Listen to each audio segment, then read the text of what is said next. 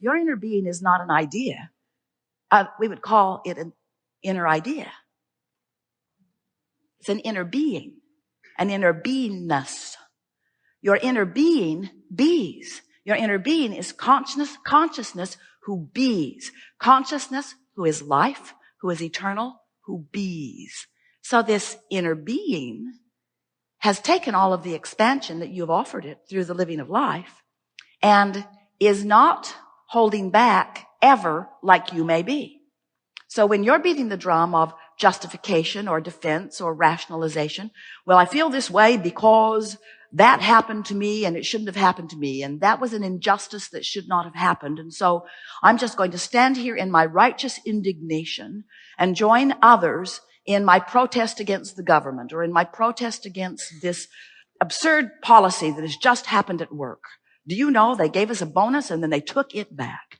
It's just ridiculous that they're making all that money and they're not giving nearly enough of it to me, and I'm working so hard and I don't think they are. That righteous indignation is justified maybe, and maybe everybody in your company and beyond would agree with you, but your inner being isn't agreeing with you, and that's the only agreement that is ever important to you. Your inner being stays in a place of positive expectation. No, not positive expectation, because expectation implies it is something yet to come. In positive beingness, because your inner being bees there and does not deviate from it. But when you aren't up to speed with your inner being, then you feel the deviation, and that's what negative emotion. Light, slight, severe, strong, that's what negative emotion is. It's your indicator that you're not up to speed with your expansion. Now, negative emotion, we think it is such a wonderful thing because negative emotion is your indication of two things. First, you're not up to speed, and you might say, well, just soon not know that. We say, no, really, you want to know that.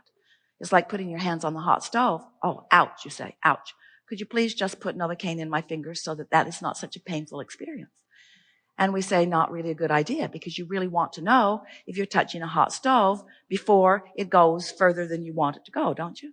And so the negative emotion is the same thing. You want to be sensitive to it so that you can benefit from the guidance it is giving you. So negative emotion is telling you two things. It's telling you first that you're not up to speed, but it's telling you something else really, really important that we so want you to hear. It's telling you you have expanded. The bigger part of you has expanded beyond where you're practiced. Don't you like knowing that? I have expanded beyond what I have learned to allow. Well, you know what that means? If you've expanded beyond what you have learned to allow, that means there's some good times coming to you, because the deliciousness of life, the true essence of life, the part of life that you call exhilaration or adventure, the part of life that you call passion, the part of life that you climb mountains for, or that you get into new relationships for, the part of life that you were born for, the part of life that you love the most of all is that moving in the direction of the further expansion. And we really want you to hear us when we say moving in the direction of it, because moving in the direction of it is all that you're ever going to do, because you're never going to catch it. Oh. That doesn't seem right. I'm never going to catch up with who I am. Not really. Because there will always be more that will cause you to expand. And so if you can come to the place where you savor the problem as deliberately and deliciously as you savor the solution, now you're rocking and rolling. Because you can't have a solution without a problem, and you can't have expansion without asking, and you can't ask without contrast, and you can't be alive without that. You can't be here in this physical format without life causing you to know more clearly all day, every day, what you would prefer. So you got that, didn't you? Do you understand that? Can you hear us clearly? Do you understand that the vibration of a question and the vibration of an answer are different frequencies? But the answer is born from the question. Do you understand that the frequency, the vibrational frequency of a solution is different than the frequency of the problem. But they are tied together in this vibrational wave. In other words, they are equal parts of the same concept. It's why humans talk about duality. We don't follow that conversation too fully because it takes you off on all kinds of wild goose chases. But it is so nice to know that you are constantly expanding and that everything you feel, no matter what, is about one thing and one thing only. It's about your personal, in this moment of the feeling, vibrational relationship with that expanded version. Sometimes over the years, Esther has said, as she's standing in a place not feeling so good, and as she's been listening to us long enough to know that the worse she feels, the better we feel. What's up with that? If you were really a non-physical entity that was worth its salt, you'd have empathy for me and you'd come over here and comfort me. And we say, that's the thing that you got to understand and accept and come to adore about your inner being. Your inner being takes the expansion and holds that place marker for you so that you can come into vibrational frequency with it. That's what guidance system is. Esther would say from time to time, Abraham, I think you should come over here and complain with me because you know I'm right. You know I'm justified in this complaint. And we say to Esther, we're not coming. Come over here. No, you come over here.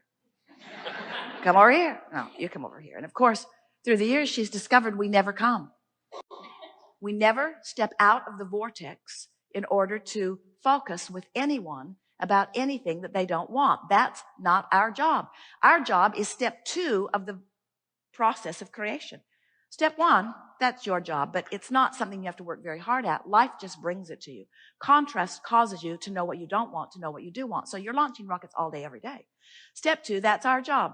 Source energy, inner being, non-physical. We stand in the vibrational frequency of the furthest launch that you have offered. And we stand in vibrational alignment with the total package of that which you have expanded to. Through all that you've been living, that's where your inner being, that's where that which you call God stands, in utter knowing of who you are. Step 3 is your job, and it's what the art of allowing is all about. Step 3 is you got to find somehow, some way, thought by thought, subject by subject, day by day, moment by moment, to be in vibrational alignment with who you've become. And if you succeed at it, or if you're sort of succeeding at it, you thrive. You have tears of appreciation running down your face. If you don't accomplish it, then you have something less than that. But it's always there as guidance letting you know. Well, that's as clearly as we've ever spoken it. And you've received it as well as any group of non-believers could. Well, you see, you don't believe in your vortex in the way we do because we're standing in it as the vibrational essence of it. And we have full knowledge of all that you've become. So as we stand in full knowledge of all that you have become, we don't fret for a moment about where you stand in the absence of anything you want because we know it's only a vibration away. You say, oh, it's not just a vibration away, it's a manifestation away. It could be years.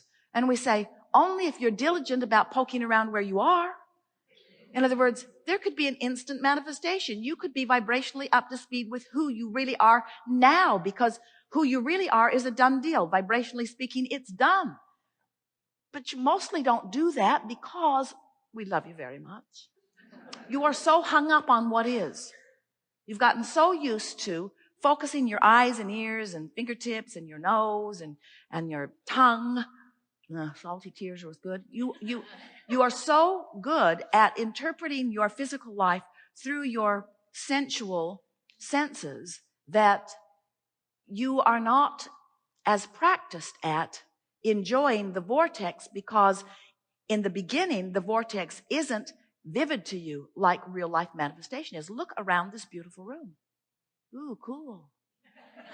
Look around this beautiful room. In other words, there is so much to enjoy in an environment like this. You get to hear this beautiful voice, infinite intelligence, letting you know who you really are.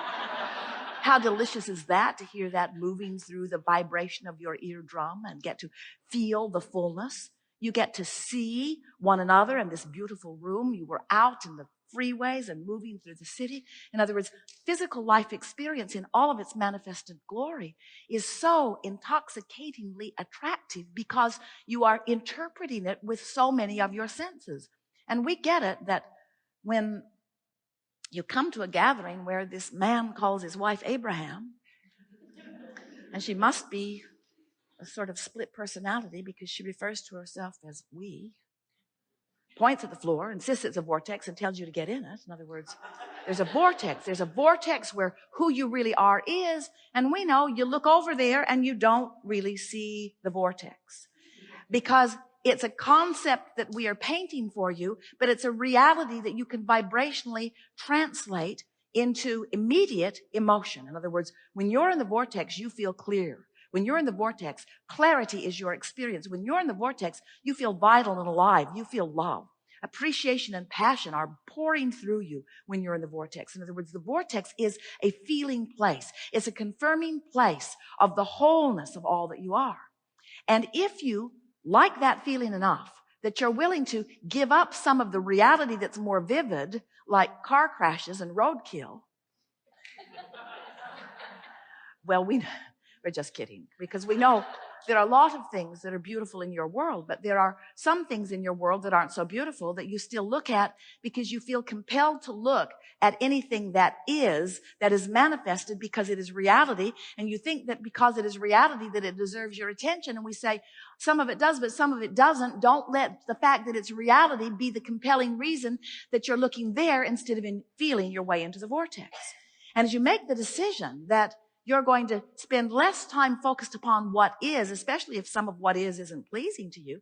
And you know, it's funny. You don't just focus upon what is, you focus upon your imagination of what is going to become that you're not going to like even more. In other words, oh, it's bad now, but it could be so much worse.